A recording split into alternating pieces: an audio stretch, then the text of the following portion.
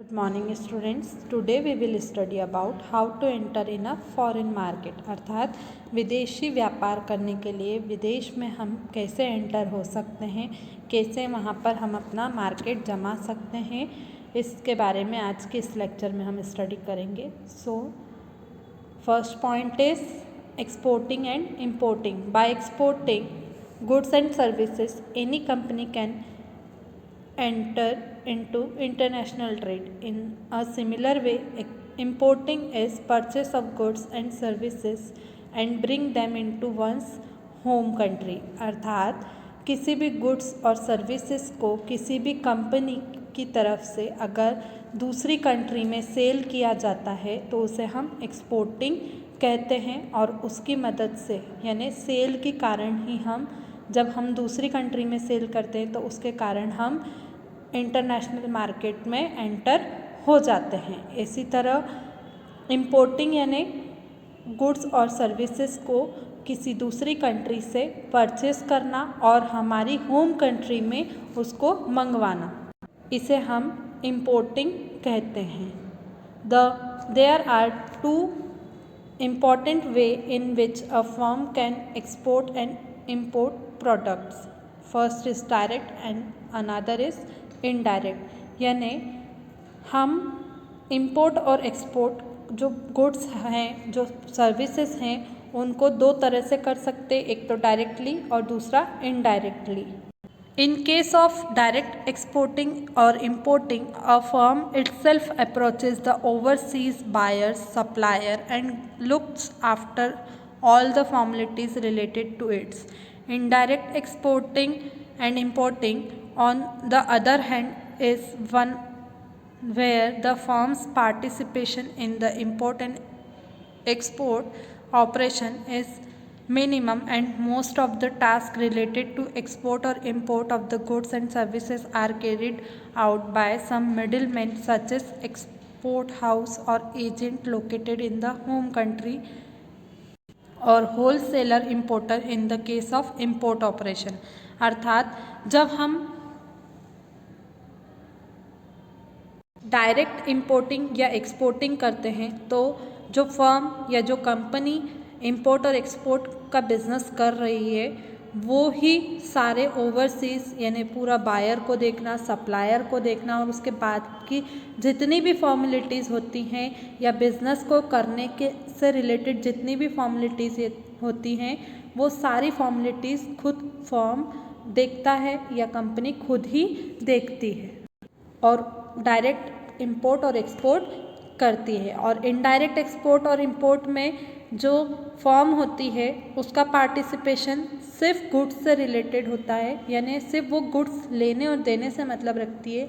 बाकी जितनी भी फॉर्मेलिटीज़ वगैरह है वो सब कुछ किसी एक मिडिल मैन के थ्रू यानी इम्पोर्टर और एक्सपोर्टर दोनों के बीच में एक मिडिल मैन होता है और वो सारी फॉर्मेलिटीज़ वगैरह फुलफ़िल करता है. अगर हम एक्सपोर्ट करते हैं तो हमें मिडिल मैन लगता है, अगर हम इम्पोर्टर हैं तो हमें होलसेलर लगेगा. यानी अगर हम इंपोर्ट करवाते हैं गुड्स तो हम होलसेल में इम्पोर्टर्स के थ्रू कांटेक्ट करके फिर इंपोर्ट करवाएंगे. उसमें एजेंट हाउस भी एक्सपोर्ट हाउस भी हो सकते हैं, एजेंट भी हो सकते हैं. इसी तरह एक्सपोर्ट में भी सेम ही पर्सन्स हो सकते हैं.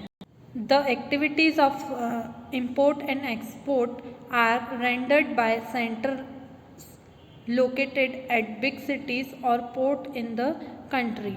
यानी जो इंपोर्ट और एक्सपोर्ट की जितनी भी एक्टिविटीज़ होती हैं या तो वो सेंटर करते हैं, सेंटर में जो सिटीज़ में सेंटर लोकेटेड होते हैं इंपोर्टर और एक्सपोर्टर के वो देखते हैं, या कोई बंदरगाह यानी पोर्ट देखते हैं जो कंट्री में बड़ी बड़ी सिटीज़ में अवेलेबल होते हैं.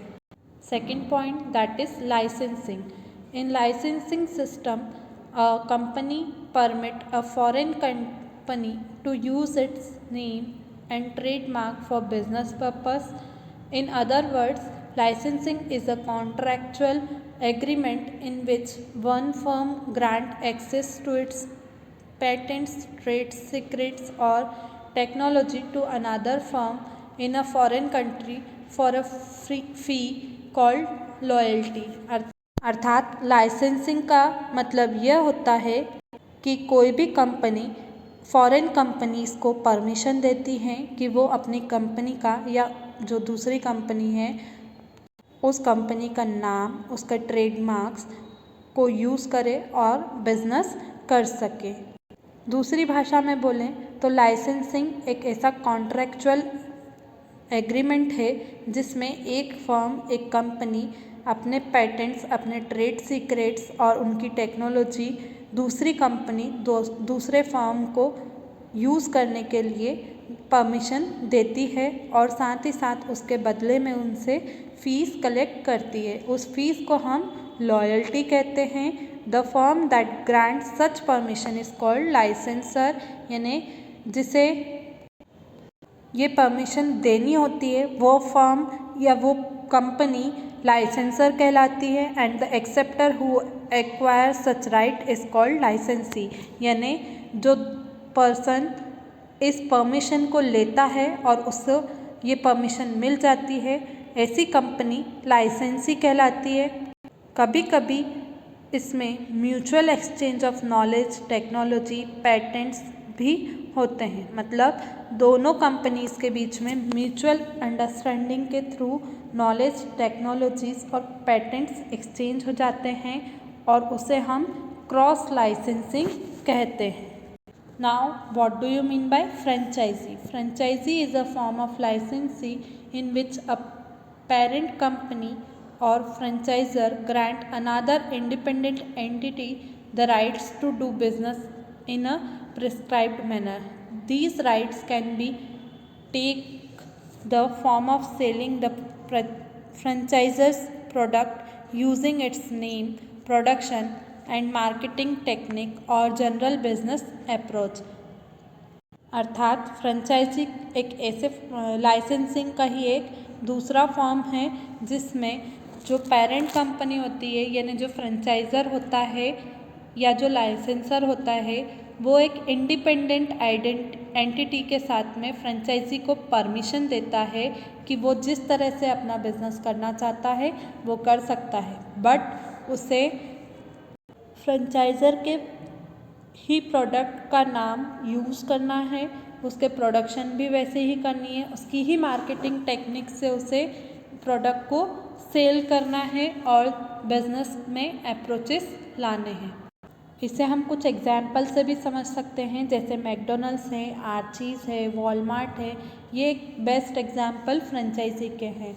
चाहे आप कहीं भी चले जाएं मैकडोनल्ड की शॉप पर, आपको वहाँ पर सेम ही प्रोडक्ट, सेम ही टेस्ट में अवेलेबल और सेम ही रेट में अवेलेबल मिलते हैं। यानी जो पर्सन है वो डिफरेंट हो सकते हैं, बट सभी ने जो स्ट्रेटजी है मार्केटिंग की वो सेम यूज़ की है, प्रोडक्ट भी सेम ही यूज़ किए हैं और उनके नाम भी सेम ही यूज़ किए हैं। तो इस तरह से लाइसेंसिंग भी और फ्रेंचाइजी दोनों एक ही फॉर्म के अलग अलग नेम दिए हुए हैं।